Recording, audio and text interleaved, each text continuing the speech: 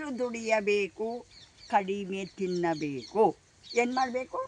ಹೆಚ್ಚು ಶ್ರಮ ವಹಿಸಬೇಕು, ದುಡಿಯೋದು ಹೆಚ್ಚಾಗಬೇಕು, ತಿನ್ನೋದು ಕಡಿಮೆಯಾಗಬೇಕು.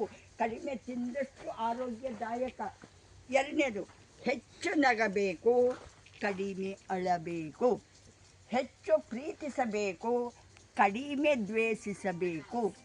ಹೆಚ್ಚು ಆರೋಗ್ಯವಂತರಾಗಿರಬೇಕು, ಸೋಮಾರಿಗಳು ಆಗಿರಬಾರದು. ಶ್ರಮ ಜೀವನಕ್ಕೆ ಹೆಚ್ಚು ಮಹತ್ವ ಕೊಡಬೇಕು, ಸೋಮಾರಿತನವನ್ನು ಬಿಡಬೇಕು.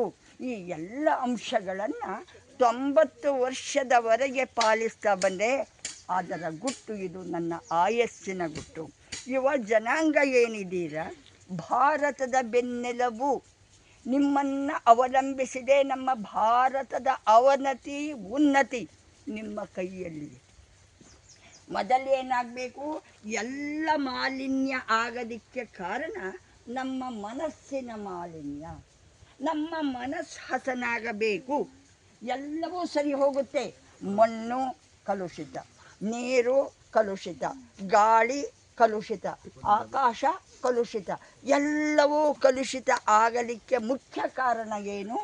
ನಮ್ಮ ಮನಸ್ಸು ಕಲುಷಿತ ಆಗಿದೆ, ಕಶ್ಮಲಗಳಿಂದ ಕೂಡಿದೆ. ನಾವು PhD ಮಾಡ್ತೇವೆ, ಶೋಧನೆ ಮಾಡ್ತೇವೆ, ಸಂಶೋಧನೆ ಮಾಡ್ತೇವೆ, ಏನೆಲ್ಲ ಇಂಜಿನಿಯರಿಂಗ್ ವಿದ್ಯಾರ್ಥಿಗಳಿದ್ದೀರಾ, ನಿಮ್ಮ ಆಂತರ್ಯಕ್ಕೆ ಇಳಿದಿದ್ದೀರಾ? ನಿಮ್ಮ ಮನಸ್ಸಿನಲ್ಲಿ ಇರ್ತಕ್ಕಂಥ ಕಸ, ಕಡ್ಡಿ, ಕುಂದು ಕೊರತೆ, ದೋಷ, ದೌರ್ಬಲ್ಯಗಳೇನಿದೆ ಎಲ್ಲವನ್ನು ಮೆಟ್ಟಿ ನಿಂತಿದ್ದೀರಾ? ಅದು ಮಾಡಬೇಕು. ಏನನ್ನು ಮಾಡಬೇಕು? ಮನಸ್ಸಿನ ಸಂಶೋಧನೆ. ನಾನು ಹೇಗಿದ್ದೇನೆ, ನನ್ನ ಮನಸ್ಸು ಹೇಗಿದೆ? ಮಂದಿರದಲ್ಲಿ ಅಲ್ಲ ದೇವರಿರೋದು, ಎಲ್ಲರ ಮನಸ್ಸಿನಲ್ಲಿ, ಸಕಲ ಜೀವರಾಶಿಗಳಲ್ಲಿ ದೇವರಿದ್ದಾನೆ. ನಮ್ಮ ಮನಸ್ಸಿನಲ್ಲಿ ದೇವರಿದ್ದಾನೆ. ನೀವು ಪ್ರತಿಯೊಬ್ಬರೂ ದೇವರಾಗಬೇಕು. ಇದು ನನ್ನ ವಿನಂತಿ, ಸವಿನಯ ಪ್ರಾರ್ಥನೆ. ನೀವೇನಾಗಬೇಕು? ದೇವರು. ಯಾರನ್ನ ದೇವರು ಅಂತ ಹೇಳ್ತೇವೆ ನಾವು? ಯಾರು ಬೇಡೋದಿಲ್ವೋ, ಯಾರು ನೀಡ್ತಾರೋ, ಕೊಡುಗೈಯಾಗಿ ದಾನ ಮಾಡ್ತಾರೋ, ದೇವರು ಏನನ್ನಾದರೂ ಬೇಡಿದಾರ ಇದುವರೆಗೆ?